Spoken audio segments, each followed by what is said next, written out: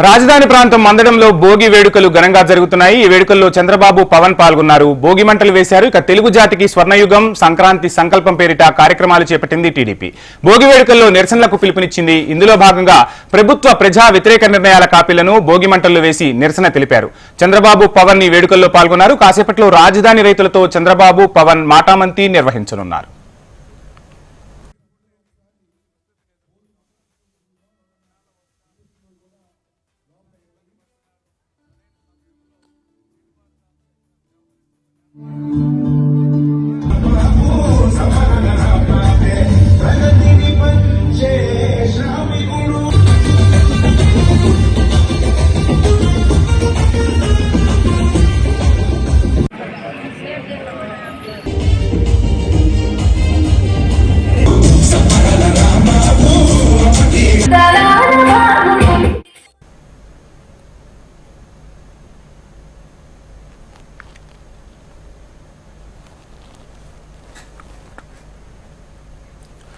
రాజధాని ప్రాంతం మందడంలో భోగి వేడుకలు ఘనంగా జరుగుతున్నాయి. ఈ వేడుకల్లో చంద్రబాబు, పవన్ పాల్గొన్నారు. భోగి మంటలు వేశారు. తెలుగు జాతికి స్వర్ణయుగం, సంక్రాంతి సంకల్పం పేరిట కార్యక్రమాలు చేపట్టింది టీడీపీ.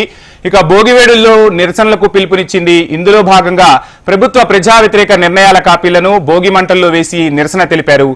చంద్రబాబు, పవన్ కాసేపట్లో రాజధాని రైతులతో మాటామంతి నిర్వహించనున్నారు.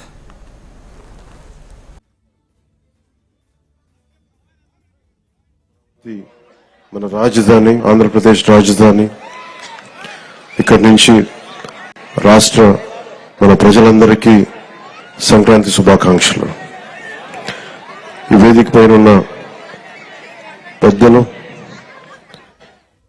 మాజీ ముఖ్యమంత్రి, ప్రస్తుత ప్రతిపక్ష నాయకులు శ్రీ నారా చంద్రబాబు నాయుడు గారికి మనస్ఫూర్తిగా నా హృదయపూర్వక నమస్కారాలు. ఈ వేదిక పైన ఉన్న తెలుగుదేశం నాయకులకి, పెద్దలకి, జనసేన నాయకులకి, ప్రతి ఒక్కరికి పేరు పేరున హృదయపూర్వక నమస్కారాలు, సంక్రాంతి శుభాకాంక్షలు. ముఖ్యంగా ఇక్కడికి వచ్చిన అమరావతికి రాజధాని కోసం, 5 కోట్ల ప్రజల రాజధాని కోసం 33,000 ఎకరాలు ఇచ్చిన ఇక్కడికి వచ్చిన రైతు కుటుంబాలకి, రైతులకి, ప్రతి ఒక్కరికి మనస్ఫూర్తిగా మీ అందరికీ నిజమైన సంక్రాంతి శుభాకాంక్షలు. గత 4 సంవత్సరాలుగా ఈ రాష్ట్రానికి పీడ పట్టింది. ఆ పీడ తొలగిపోయే టైం అయింది. ఆ కీడుని, ఆ పీడని ఈ రోజున భోగి మంటల్లో కాల్చేసాం. ఈ రోజు నాకు మీ కష్టాలు తెలుసు. ఆ రోజున మన పార్టీ ఆఫీసుకు కూడా మీరు వచ్చి మీ మీద దాడి జరిగి చాలా అనుచితంగా, దారుణంగా మిమ్మల్ని లాఠీలతో కొట్టి రైతాంగాన్ని చాలా చాలా బాధ గురి చేసి నాకు కలిసి వేస్తుంది. ఈ రోజున తెలుగుదేశం కానీ జనసేన 2 కలిసి ఉన్నాయంటే మీ అందరి ఆవేదన, ఏడుపు ఆ రోజు నన్ను కలిసేసింది. మీ ఆకాంక్షల కోసం ఇందాక మాట్లాడుతూ ఉండగా, తల్లి ఎకరం ఇచ్చానన్నా, నేను ఉన్న ఎకరం కూడా పోగొట్టుకుని ఆడబిడ్డలను పెంచుకుంటా ఉన్నానంటే ఆ ఆడబిడ్డకి, ఆ అక్కకి, ఆ చెల్లికి నేను మాటిస్తున్నాను. అమ్మ, మేము ఉన్నాం, మీరు ఇచ్చిన ఈ త్యాగం మేము మర్చిపోం. మీకు ఏ ఉద్దేశంగా కోసం అయితే ఇచ్చారో ఆ ఉద్దేశం సంపూర్ణంగా నెరవేర్చేలాగా మేము కృషి చేస్తాం. బంగారు రాజధాని నిర్మించుకుందాం ఇక్కడ. అలాగే మనం ప్రతిసారి, నేను ఒక్కటే కోరుకున్నా, ప్రతిసారి అదే సభాముఖంగా కూడా ఈ రోజున అదే మాట చెప్తా ఉన్నాను. ప్రతిసారి మీరు జై అమరావతి అన్నప్పుడల్లా ఒకటి గుర్తుపెట్టుకుని, మీరు ఆంధ్ర కోసం, మీరు 5 కోట్ల మంది ప్రజల కోసం మీరు ఈ రోజున రాజధాని ఇచ్చారు. జై అమరావతితో పాటు జై ఆంధ్ర నినాదాన్ని కూడా మీరు తీసుకెళ్లాల్సింది. ఎందుకంటే మీరు అన్నప్పుడల్లా మీరు ప్రజలకు తెలుస్తూ ఉంటుంది మీరు చేసిన త్యాగాలు. కేవలం జై అమరావతి అంటే ప్రజలకి, 5 కోట్ల మంది ప్రజలకి అర్థం కావట్లా. కేవలం అది అమరావతి సమస్య అనుకున్నారు. ఇది అమరావతి సమస్య కాదు, 5 కోట్ల మంది ప్రజల సమస్య. ఈ రోజున మీకు వచ్చిన కష్టం రేపు పొద్దున్న శ్రీకాకుళం, ఇచ్చాపురంలో వస్తుంది. అటుపోతే మనకి ఇంక్లూడింగ్ కడపలోని పులివెందులో కూడా వస్తుంది.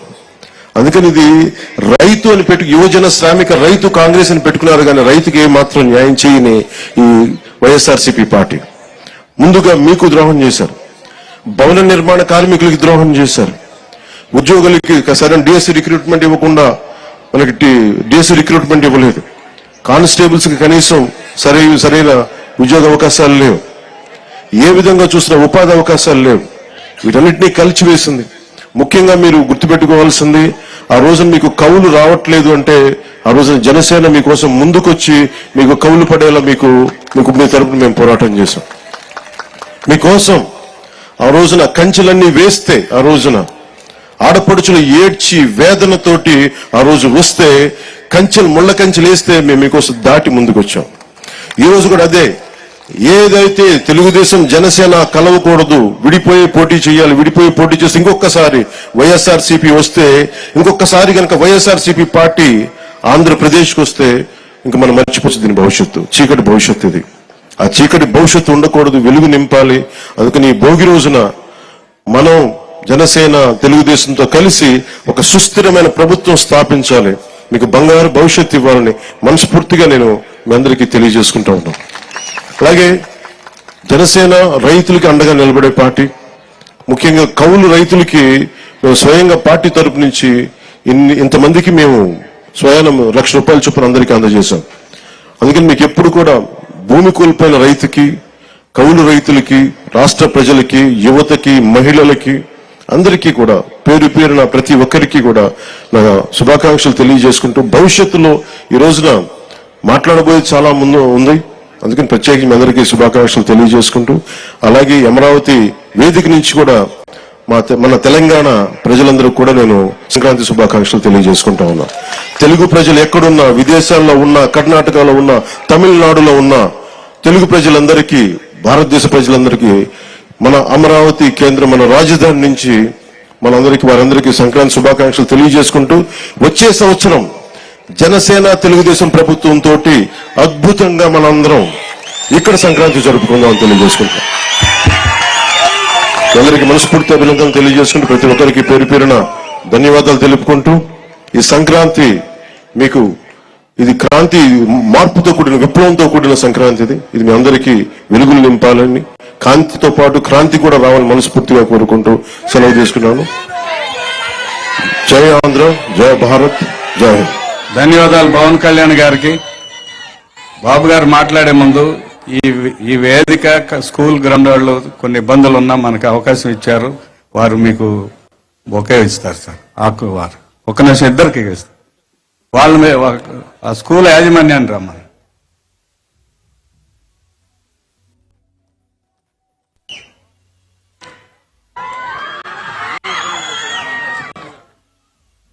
ఏ రాజనాయ్ లేడీ